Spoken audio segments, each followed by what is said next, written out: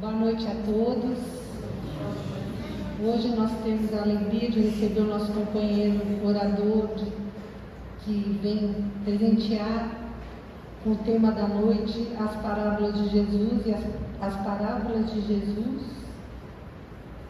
e as parábolas de Deus. É o nosso companheiro Maurício Zomignani e ele tem no Facebook, tem sempre orações todos os dias. É muito bom a gente seguir ele pela internet, porque vai aliviando o nosso coração e nos ensinando a seguir no caminho do bem. Então, meus queridos, vamos envolvê-lo com todo amor para ele poder desenvolver o tema da noite hoje.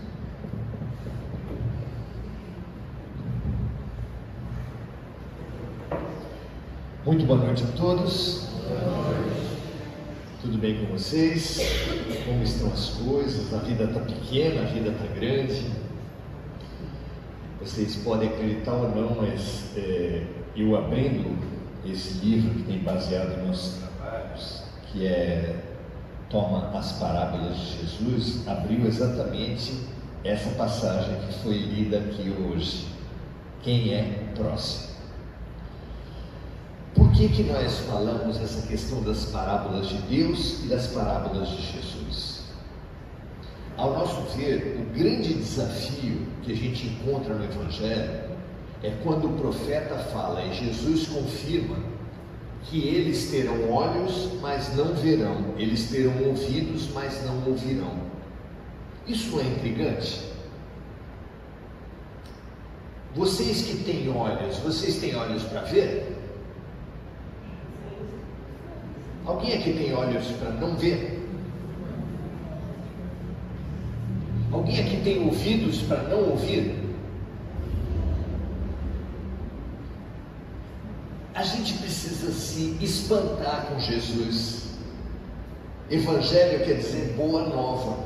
Se a gente não se espantar com Jesus, a gente não vai crescer, a gente não vai melhorar. É como uma piada que você já conhece, você já não ri mais. Ah, essa passagem eu já conheço. Certo, mas o que ela quer dizer? O que Jesus quis dizer quando nos ensinou por parábolas? Vocês têm ideia? Por que ele contava historinhas?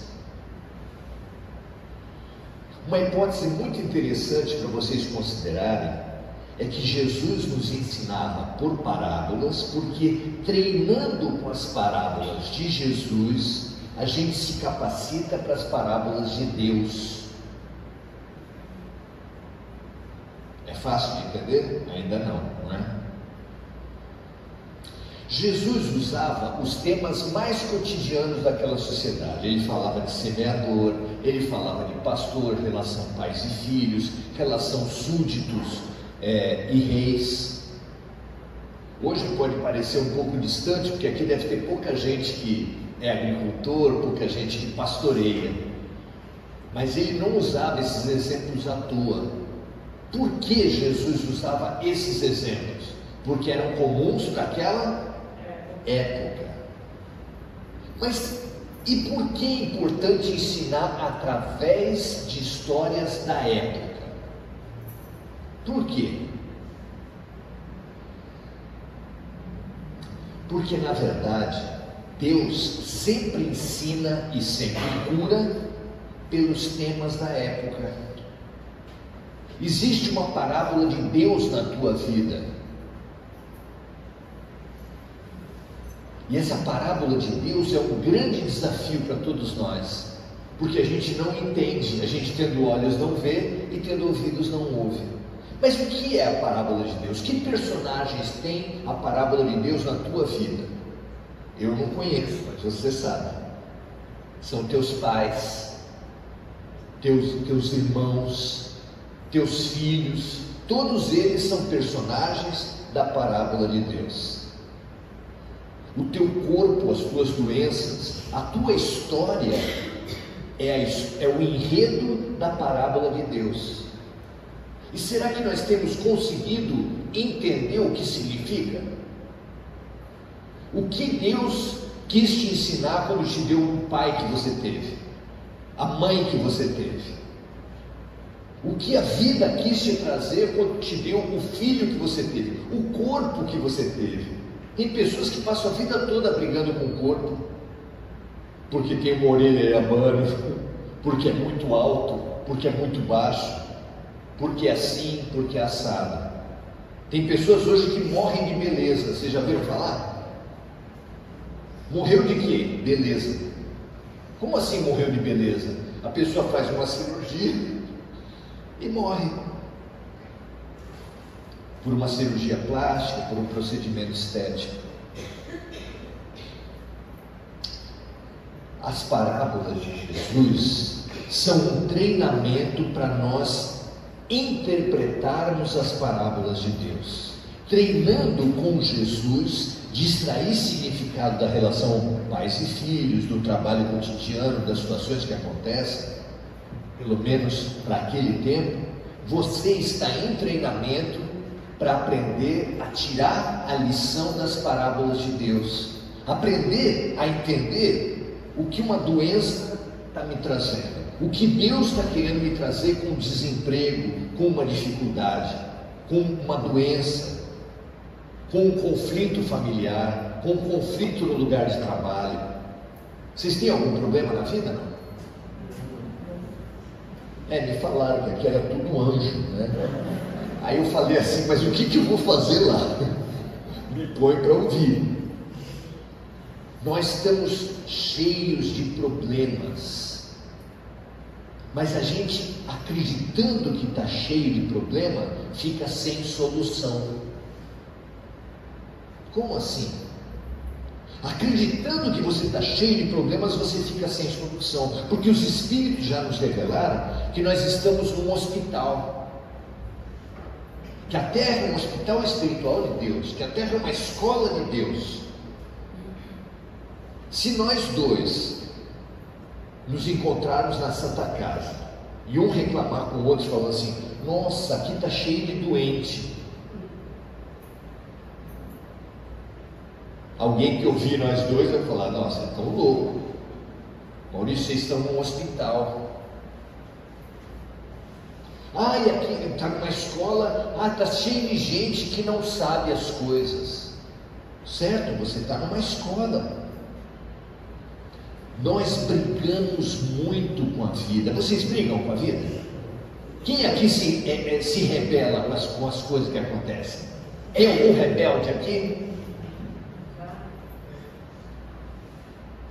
Nós somos todos muito rebeldes. Brigamos com tudo.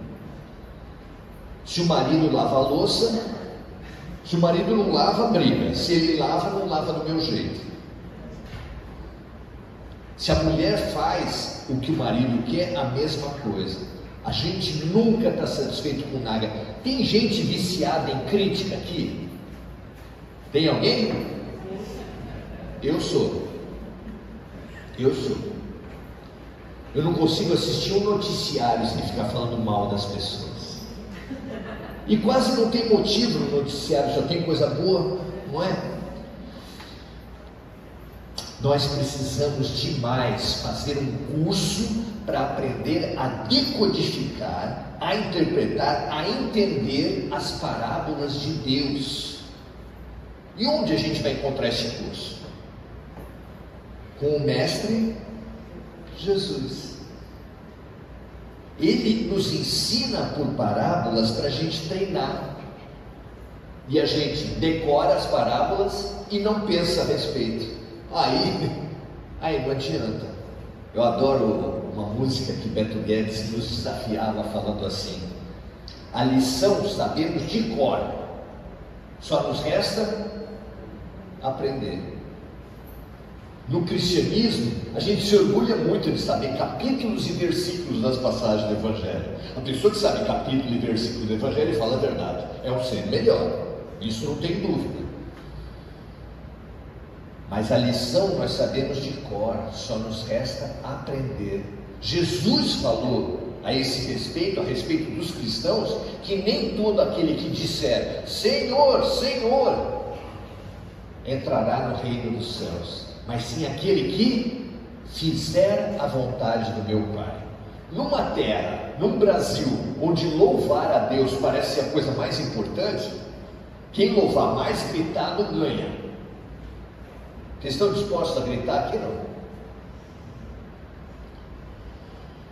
Numa terra em que o louvor parece ser a grande coisa, Jesus, não eu, não tenho competência para isso, mas Jesus falou que aquele que fizer é mais importante do que aquele que falar, do que aquele que louvar. Então cada um interpreta do jeito que quiser. Pode pensar, claro, saímos daqui, entramos livres e vamos sair daqui livres. Como entender então? Hoje no estudo que o amigo trouxe, o Daniel trouxe para a gente, ele trouxe como título quem é o próximo. E essa passagem é muito curiosa. É uma passagem dos evangelhos, é uma parábola em que uma pessoa encontrou alguém necessitado na rua. Não é um fato estranho encontrar alguém necessitado na rua? A gente quase não encontra ninguém necessitado na rua. Vocês encontram? É um momento fácil para vocês encontrar um necessitado na rua? Como é que é para cada um? Se a gente tivesse tempo para trocar, seria interessante. Eu sou assistente social. Daí vocês devem falar assim, o cara é assistente social, ele sabe o que fazer quando encontra um necessitado na rua. Também não. Vocês sabem o que fazer? Quando encontra um homem de rua, uma mulher de rua, com criança, alcoolizado, com feridas, machucado, sujo. Vocês sabem o que fazer? Pois essa passagem de Jesus fala dessa situação. Conta que um homem passava pela região da Samaria, que é uma região inimiga dos judeus. Os judeus detestam os samaritanos. Então essa região é uma região abominável. Todo mundo que é da Samaria é terrível para os judeus. Então estava um homem passando na região de Samaria e foi pego por ladrões.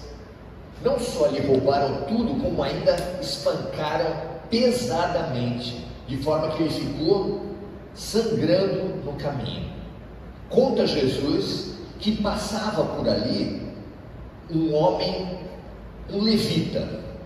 Aí a gente precisa levar para aquele tempo para entender o que é levita, porque senão você fala hoje levita, você fala, bom, não entendo o que é. Levita era uma tribo de Israel que era dedicada a trabalhar no templo, a trabalhar para as pessoas, a trabalhar para aquilo que era o governo naquele tempo. Era um funcionário público. Quando vocês encontram um homem de rua, você não lembra na tua cabeça, você não fala assim, o governo não está fazendo nada por essas pessoas? Você não faz essas observações? Para alguém que é crítico, faz. Esse governo não faz nada, roubam tanto da gente, olha aí, essa população, eles não fazem nada com eles. Conta Jesus que esse funcionário público olhou e passou reto. Logo depois, conta Jesus, apareceu um sacerdote. Quando a gente encontra um necessitado, a gente também lembra das igrejas e fala assim, puxa, se você é católico, não passa um padre aqui para resolver o problema dele. Puxa, se você é evangélico, não passa um pastor aqui para resolver o problema desse homem. Se você é espírita, quem você vai imaginar que vai resolver? O cara lê de palestrante assistente social, vamos chamar o Maurício. Quer meu telefone? Pois passou também o sacerdote e não fez nada. Mas passava por ali um samaritano, o ser mais desprezado pelos judeus. E passando por ali, viu aquele homem, encheu-se de compaixão, foi até ali, tratou das feridas, fez um curativo, pôs esse homem em cima do seu animal, do seu cavalo, levou até uma estalagem próxima e falou para o dono da estalagem assim: eu vou viajar, mas eu vou deixar aqui um dinheiro para o senhor cuidar dessa pessoa, e se faltar alguma coisa na volta eu completo. O que vocês acham desse cara? Samaritano, boa coisa não deve ser. Para quem é santista, devia ser corintiano. Para quem é brasileiro, devia ser argentino. Para quem é judeu, devia ser palestino. A gente sempre tem um inimigo, fala a verdade. Para quem é racista, devia ser negro. A gente adora falar que tem gente ruim no mundo. Nunca somos nós. E aí, quando ele acabou de contar essa parábola rápida, ele perguntou para o homem que tinha perguntado para ele quem é o próximo. Ele devolveu a pergunta: quem foi o próximo para esse homem espancado, machucado, roubado, que ficou ali jogado à beira do caminho? Aí o homem falou, meio constrangido, porque era um judeu e ele tinha que elogiar um samaritano, então para ele era difícil isso. E ele falou assim: o próximo para ele foi aquele que usou de misericórdia. Nós estamos, gente, num período, os Espíritos nos revelam, chamado de transição planetária. É um momento crítico, onde todos nós estamos sendo avaliados através de situações muito concretas. Faça uma análise, se a gente tivesse mais tempo aqui, mas você tem tempo, analise o que foi a pandemia. A pandemia não mostrou quem é quem? Não mostrou gente interessada pelo bem-estar coletivo e gente que estava nem aí para nada? Não foi lindo ver pessoas que cantavam em barzinho e que não estavam podendo cantar, estava tudo fechado naquele tempo, e que iam para a sacada dos prédios cantar para os vizinhos? Vocês viram essas notícias? Não é lindo isso? Jovens que batiam na porta dos vizinhos idosos do prédio e falavam assim: o senhor precisa que eu compre alguma coisa? Não é bonito isso? A pandemia mostrou quem é quem. Só quem é bom que a pandemia mostrou? As situações impactantes, as tragédias coletivas, elas revelam quem é quem. Eu não me esqueço dessas tragédias na Serra do Rio de Janeiro, Teresópolis, quando teve uma grande chuva e desbarrancou, matando um monte de gente. Os organizadores, o pessoal da Defesa Civil, começou a perceber que tinha umas pessoas fuçando nos escombros. E observando melhor, percebeu que aquelas pessoas estavam tentando garimpar alguma coisa de valor, um dinheiro, uma joia, uma coisa importante ali. E eles falaram: temos que acabar com isso. Pegaram caminhões e levaram para um galpão. Para prevenir qualquer coisa, pediram para o exército colocar guardas, mas não contaram para o exército que tinham colocado também câmeras. E olhando as câmeras, eles viram que pessoas que estavam fazendo a guarda estavam também garimpando. As tragédias mostram quem é quem. A pandemia já fez isso, e se tiverem mais, eu particularmente só consigo acreditar que nós vamos ser mais chacoalhados ainda. O que vocês acham? Vai ficar tudo tranquilo? Os problemas climáticos acabaram? Claro que não. Nós estamos sendo provados exatamente para fazer separação do joio do trigo, para ver quem pratica o bem, não quem diz que é o bem, não quem tem um cargo público, não quem é sacerdote, não quem é assistente social, não o rótulo das pessoas, não o que a gente diz da gente mesmo, mas o que a gente pratica. Então essa pergunta de hoje, quem é o seu próximo, é uma pergunta estratégica.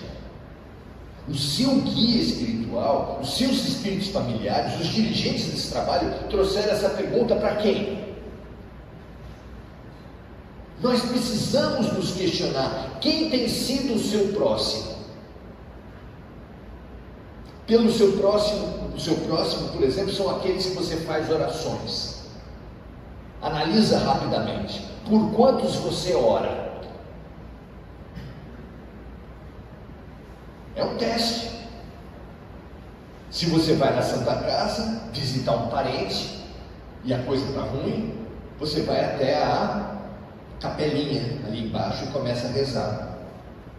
800, 900 pessoas doentes, e você reza por quantas? Vai ter Enem, vai ter concurso público, o seu sobrinho desempregado vai fazer. Você reza por ele? Claro que sim, eu também rezo. Mas reza por ele e mais quem? Por ele, ué. Vai ter entrevista de emprego na segunda-feira, você reza assim: Deus, ilumina a cabeça desse menino e de todos os outros candidatos que forem pleitear essa vaga, que todos eles consigam externar o seu melhor na entrevista de emprego. E quanto ao cargo, quanto à vaga de emprego, o Senhor dá de acordo com o que o Senhor entender, porque só o Senhor, meu Deus, sabe para quem realmente é melhor essa vaga. Não é assim que a gente reza? Quem tem sido o seu próximo? Eu brinco que a gente tem um amor de cerquinha, sabe assim? O próximo é muito fechadinho.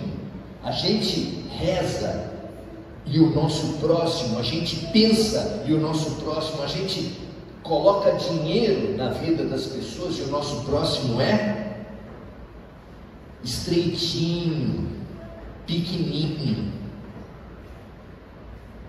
Pois os amigos espirituais estão falando uma coisa muito séria: o teu tamanho espiritual é o tamanho dos teus próximos. Se o teu círculo de próximos é estreitinho, a tua vida é estreitinha. Jesus rezava, ensinava, curava quantos? Curava quem? Ele pedia carteirinha? Claro que não. Ele rezava e ensinava a todos. Nós temos trabalhado, vivido, gasto o nosso tempo, o nosso dinheiro, as nossas orações com quantos? Ah, mas Maurício, é errado eu orar pelos meus? Claro que não. Eu aprendi isso no meu centro. Lá a gente faz um trabalho de cura física e o meu trabalho lá é só de apoio, só de doação de energia. Os médiums é que vão fazer o trabalho mais de, que eles chamam de bisturis, que são os que fazem exatamente a intervenção.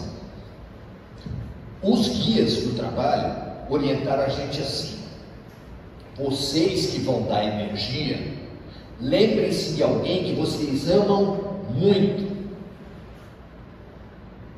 Cada vez que for doar energia, aparecer alguém, lembra de alguém que você ama muito. Então eu estou aqui dando energia para ele, e eu lembro, no meu caso, a minha netinha de 5 anos. Por que a minha netinha é melhor que ele? Alguém tem alguma hipótese? A minha netinha é melhor que ele? 5 anos, é uma gracinha. O que vocês vão falar? A minha netinha é melhor que ele ou não?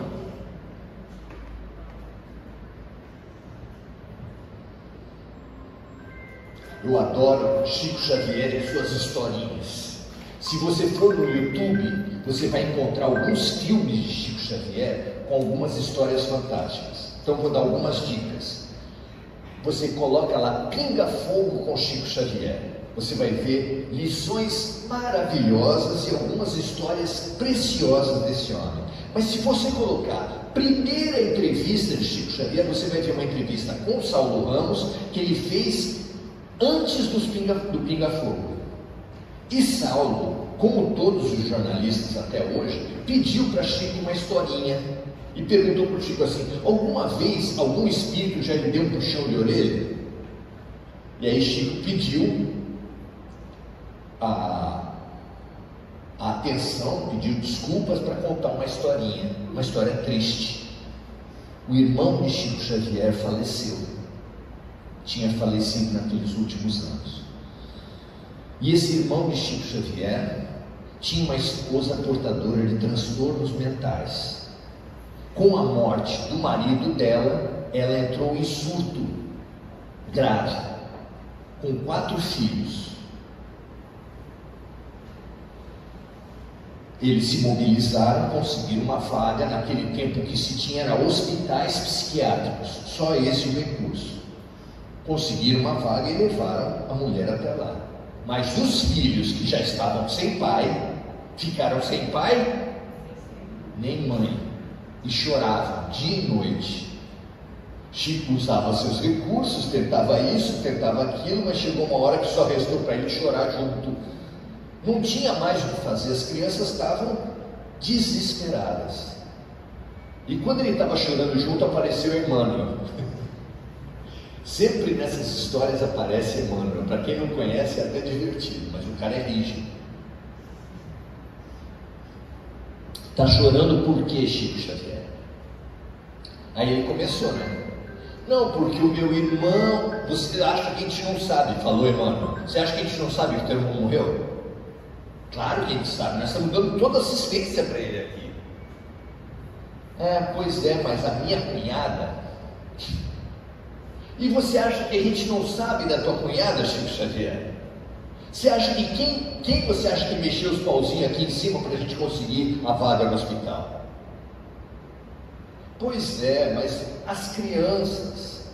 Chico, se você não tivesse tão fechado na tua revolta, na tua mágoa, na tua tristeza, você estaria vendo aqui espíritos de alta hierarquia acolhendo essas crianças, amando essas crianças, se debruçando sobre essas crianças. Você não vê, Chico, porque você está fechado. Daí ele falou: mas é muito triste e eu vou chorar. Chico tinha essas coisas, porque também era rebelde que nem a gente. Você pensa que Chico é santo? Tira essa ideia.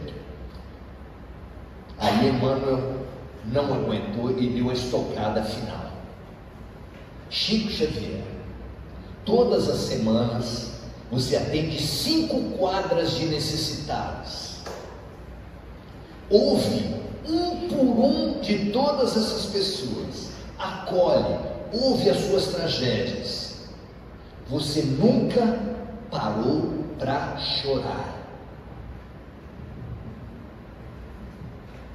Você está querendo me dizer, Chico Xavier, perguntou Emmanuel, que a dor do Souza, a dor dos Almeida, a dor do Silva é mais importante, é menos importante do que a dor dos Xavier?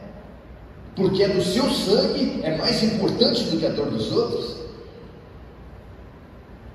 Aí Chico engoliu o choro na hora, não tinha outra coisa para fazer, e foi cuidar dos sobrinhos, que era o que ele competia fazer naquele momento.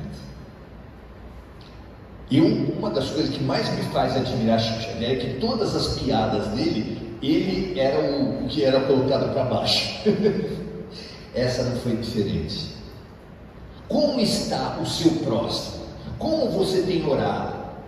É feio você orar pelos seus? Não. Use, como o Espírito orientou para a gente e eu ouvi, use o seu próximo. Se eu tenho uma mãe vai fazer 90 anos, eu oro pela minha mãe? Oro pela minha mãe, mas quando eu oro por ela, eu oro também por todas as outras idosas com dores, com doenças que existem no mundo, algumas em asilos, algumas abandonadas dentro de casa, algumas abandonadas até em instituições, nas ruas.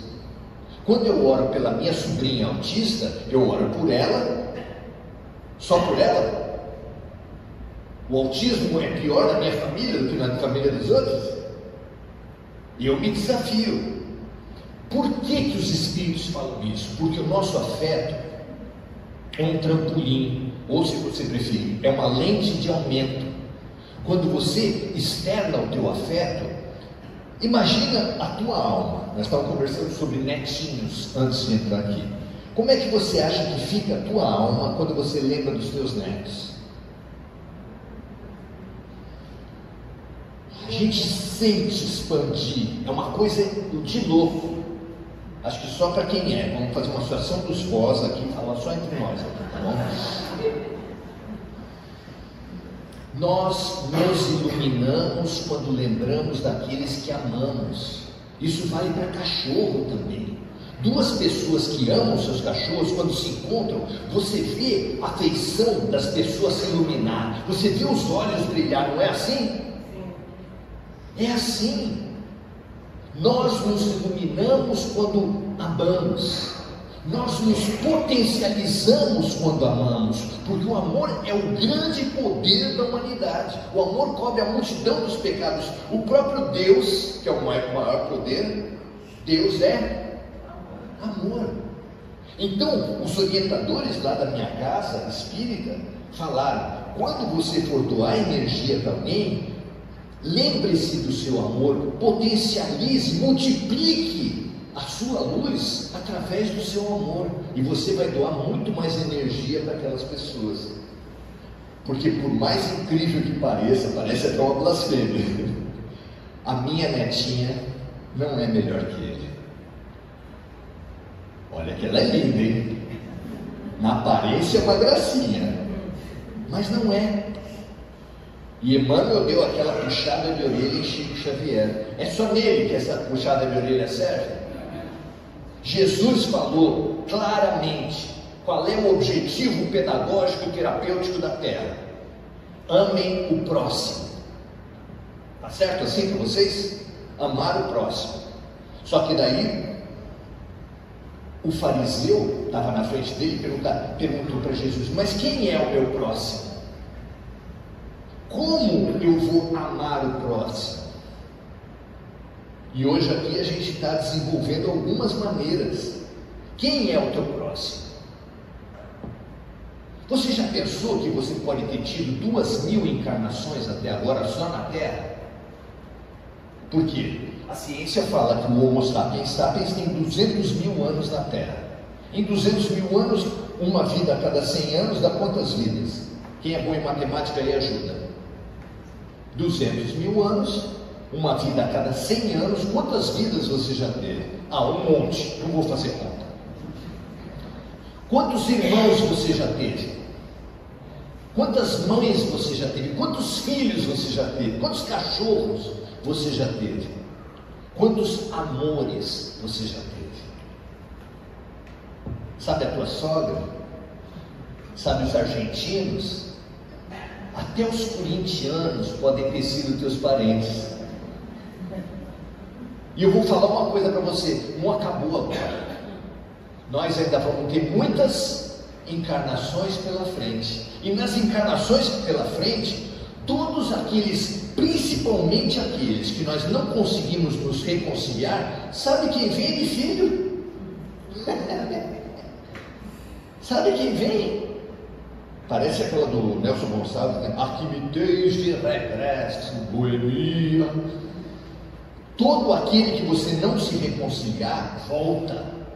Porque Deus não desiste nunca de nós. E numa escola, quem não aprende a lição, repete. Não aprendeu de novo? Repete. Não aprendeu de novo? Quantas vezes? Deus não desiste nunca de nós. Nós precisamos demais responder a essa pergunta. Nunca uma resposta final. No Espiritismo, você nunca vai encontrar nenhum palestrante, nenhum livro que te dê uma resposta final. O nosso papel aqui é estimular o seu processo. Investigue na proposta que Deus está trazendo para a tua vida. Quem é o próximo? Em primeiro lugar, quem é o próximo? São só os do meu sangue? Só aqueles da minha família? Investigue. Só os cachorros? Tem muita gente com uma teoria de que cachorro é mais fácil de amar. Ser humano é bem difícil. Depois de você investigar quem é o próximo, ou seja, a abrangência do amor, você vai descobrir, investigar, pesquisar e se reprogramar para responder a outra pergunta: o que é amar o próximo? O que é amar o próximo? Eu gosto que tem um padrão de amor que, ironicamente, a música popular também passou para a gente. É o padrão de amor Paula Toller. Esse padrão de amor fala assim: longe do meu domínio, você vai de mal a pior. Vem que eu te ensino como ser bem melhor. Eu quero você como eu quero. Esse tipo de amor existe? O amor do domínio, o amor do feminicídio, o amor da escravidão. Esse tipo de amor está muito próximo por aí. Todo mundo quer ter gente próxima desde que se enquadre no meu desejo. Isso é muito triste. A gente quer ter filho que tenha a nossa profissão, que torça para o nosso time, que tenha a nossa ideologia. Isso é muito triste. Nós temos muitas pessoas à nossa volta. A maioria delas é estranha, porque a gente se atém às aparências. Enquanto você se atém às aparências, você se perde de Deus. Enquanto você olha para as pessoas e fala assim, mulheres, porque a mulherada quando se junta também fala mal dos homens, lógico, né? Homem é tudo igual, só muda de endereço. Os homens também falam mal. Mulher é tudo igual. Quando você acha que as pessoas são a cor da pele delas, são a classe social delas, são a religião delas, você está se perdendo nas ilusões dos homens. Você só se abre para o ponto de vista de Deus quando você descobre que as mulheres aqui são espíritos temporariamente vestidas de mulheres. Os brancos aqui são espíritos temporariamente vestidos de branco. Os ricos aqui, os que têm melhores rendimentos, a mesma coisa. Os pobres, a mesma coisa. É só roupa. É só roupa. Se eu falar para as pessoas que estão de abóbora, não deve ter muitas, se eu falar para as pessoas que estão de azul, para elas se unirem e guerrear com quem está de branco, o que vocês acham dessa orientação? Absurda, Maurício. Minha amiga que está ali de branco, eu vou guerrear com ela. Nós não somos inimigos. Nós não somos adversários. Nós todos somos espíritos. Quando Jesus falou Pai Nosso, Ele nos disse uma grande coisa. O quê? Deus é Pai de quem? Dos brancos ou dos negros? Dos espíritas ou dos católicos? Dos ricos ou dos pobres? De quem você acha que Deus é Pai? Claro, Deus é Pai de todos. E quando você olha do ponto de vista da matéria, você só vê guerras e separações. Quando você olha do ponto de vista de Deus, você só vê irmãos. E tudo muda.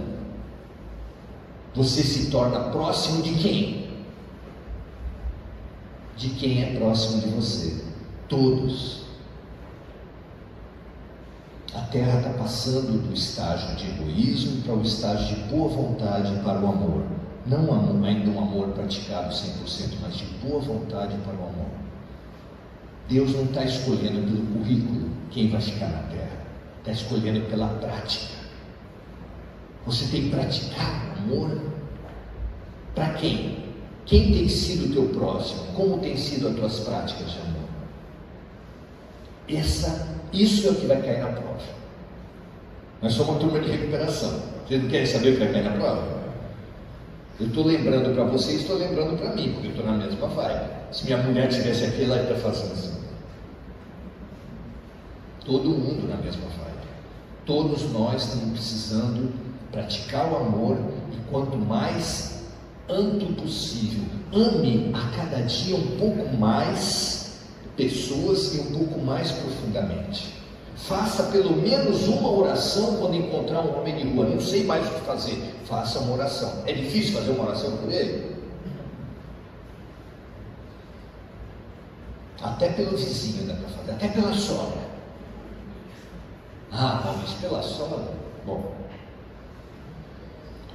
Nós precisamos nos aproximar. Amar o próximo não é se restringir aos da sua família, não é se restringir aos da sua raça, não é se restringir aos da sua religião. Tem religião que eles são muito caridosos, mas só dentro, fora não. Tem família que é muito solidária, mas só para se ajudar, fora não. Será que é esse o amor que Jesus praticou? Cabe a gente pensar. Vós sereis reconhecidos, disse o Mestre, pelo amor que tiverem uns pelos outros. Amai-vos uns aos outros, como eu vos amei. Nisso está toda a lei e os profetas. Então, é a prova inteira. Não dá para ter dúvida. Foi para isso que a gente foi criado por Deus, é para isso que a gente está aqui na Terra. Muito boa noite a todos. Obrigado.